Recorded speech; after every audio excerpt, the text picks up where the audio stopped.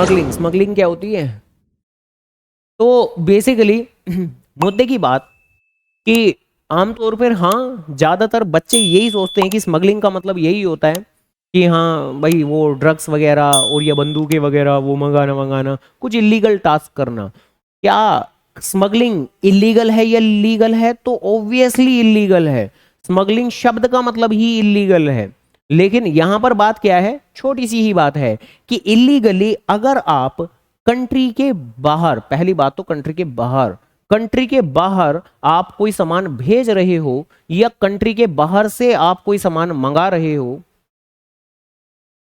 बिना बताए, तो वो स्मगलिंग है। अब बिना बताए का मतलब भाई ऑब्वियस सी बात है कि आप ड्रग्स तो भेज नहीं सकते बताकर, ड्रग्स तो मंगा नहीं सकते बताकर, आप बंदूकें तो मंगा नहीं सकते बताकर, बंदूकें तो भिजवा नहीं सकते बताकर।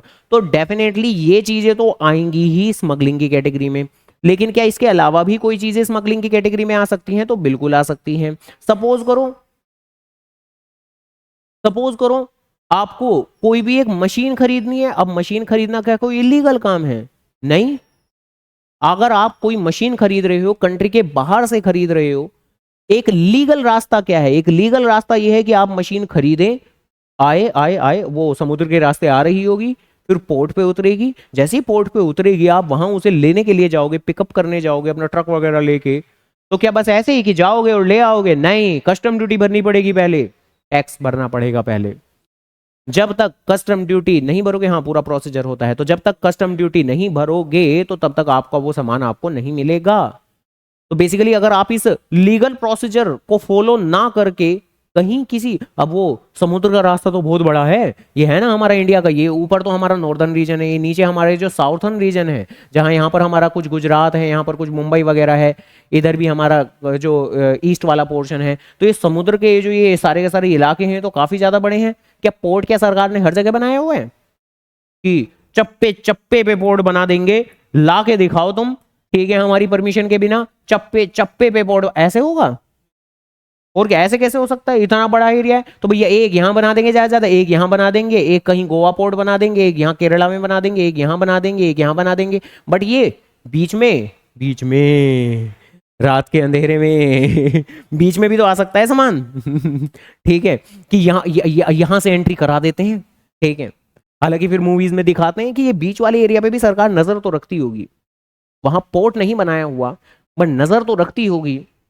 रात के अंधेरे में अगर सामान लाने की कोशिश की और सरकार को अगर भनक लग गई, वहां पेट्रोलिंग के दौरान कोई कस्टम ड्यूटी ऑफिसर गुजर रहा होगा और उसे अगर टिप मिल गई, तो वो सारी सरकार ले आएगा एक साथ, पूरी फोर्सेज ले आएगा, रेड डाल देगा आपके ऊपर कि ऐसे कैसे स्मगलिंग कर रहे हो। क्या जरूरी है स्मगलिंग के दौरान ड्रग्स बंदूकें ही मंगाई जाए? नहीं, दूसरी चीजें भी मंगाई जा सकती हैं। अगर आप बिना लीगल प्रोसीजर फॉलो किए आप उन सामान को मंगा रहे हो या सामान भेज रहे हो।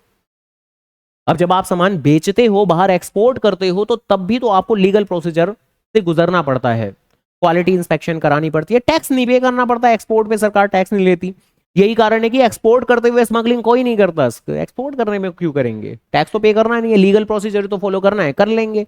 लेकिन मेन बात तो पैसा होता है ना, तो इंपोर्ट के दौरान कर ली जाती है स्मगलिंग, ठीक है। हाँ वो बात अलग है कि बिल्कुल बेशक बिल्कुल सही बात है कि हाँ स्मगलिंग आमतौर पर उन्हीं चीजों की होती है, किन चीजों की? जो इलीगल प्रोडक्ट होते हैं या काले पैसे से बनाए हुए प्रोडक्ट होते हैं, जैसे गोल्ड बिस्किट सोना है ना, बाहर से मंगा रहे हो तुम सोने की बिस्किट, ठीक है, जेब में रख लिया, हो गया।